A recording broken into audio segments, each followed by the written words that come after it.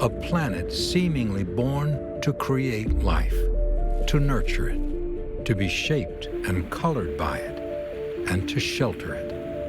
And yet of all the organisms that have ever lived on Earth, 98.5% have gone extinct because our splendid sanctuary has been visited by the apocalypse 5 times in all.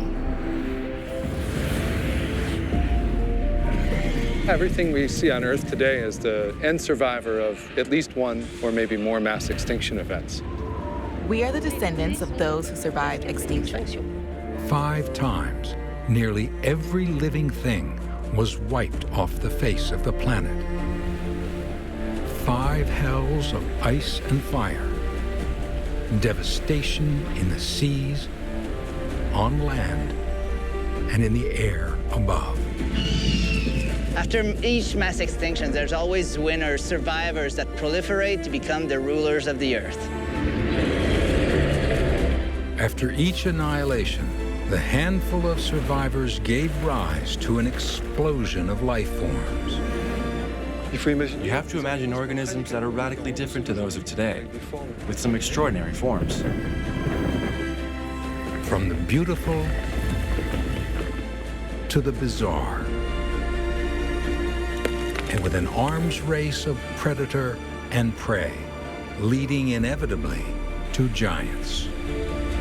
These are the stories of Earth's lost worlds and the fantastic lives and fearsome deaths of its wondrous creatures.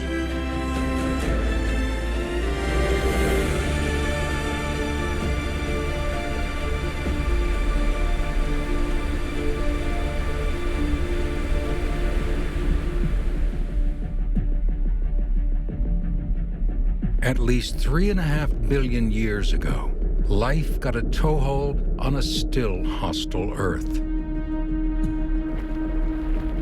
Perhaps in a boiling volcanic pool somewhere on the planet, microbes were born, for all we know, alone in the universe. Marvelous forms of life would evolve and colonize every corner of the planet in a precarious balancing act, an equilibrium so fragile that a few degrees of change in the world's temperature could mean disaster. And so it happened. Some 450 million years ago, that the first great dying took place.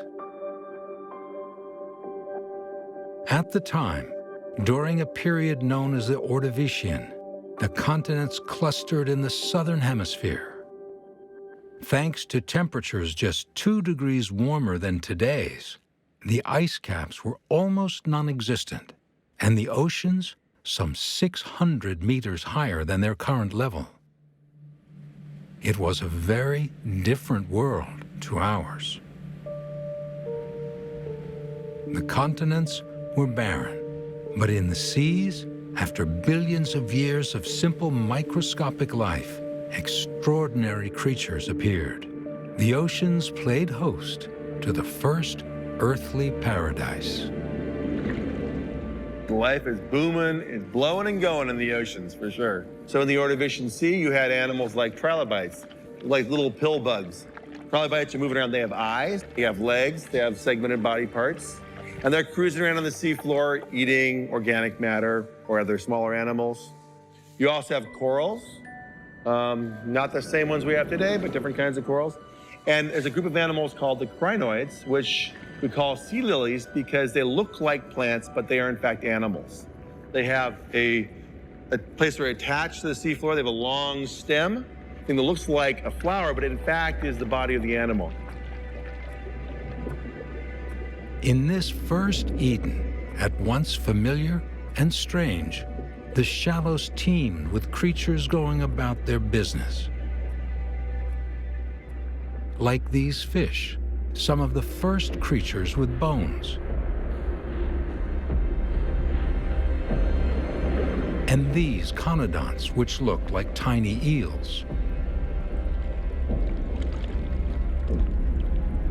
But the conodonts' paradise was not without truly terrifying hunters like the cephalopods, ancestors to the octopus.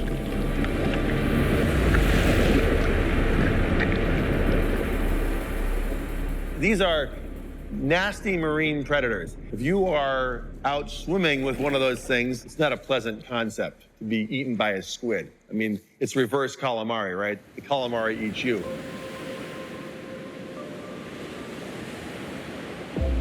For millions of years, life proliferated in the waters around the continents. But for reasons we still don't understand, the ocean temperatures dropped by 4 degrees, causing an abrupt and brutal ice age. Evaporated seawater that rained down on the land no longer flowed back to the sea. It accumulated as ice. As the ice grows, the sea level goes down.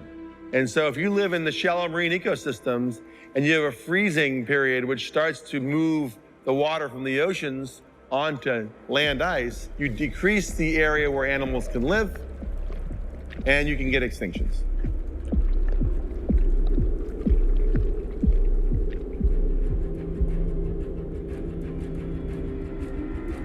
After this first cold wave, temperatures started to climb again.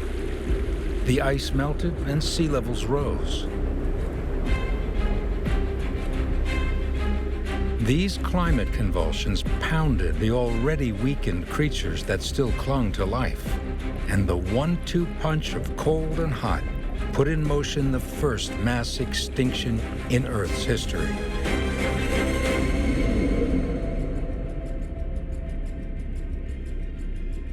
By the end of the Ordovician, 85% of species had been wiped out.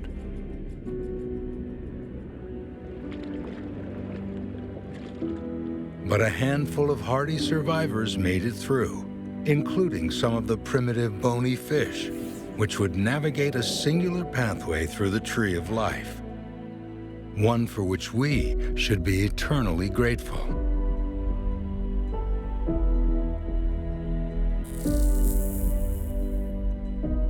Its descendants branched out to give rise to all the vertebrates that have ever existed.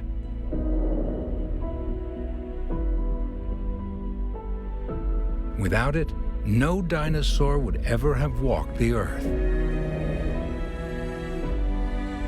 No bird would have taken wing.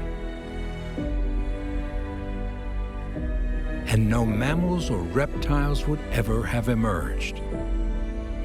And there would be no humans telling the story of life. After this first mass extinction and the ones to come, life branched out into billions of different forms, each family, each group, each species being part of a vast spreading tree. There's always winners in the lottery of extinction. And whatever those survivors are, that's where the next radiation happens. That's where the next evolutionary burst happens. So if you want a simple way to think about extinctions on planet Earth is the survivors are the winners and their descendants are the ones that populate the next time period.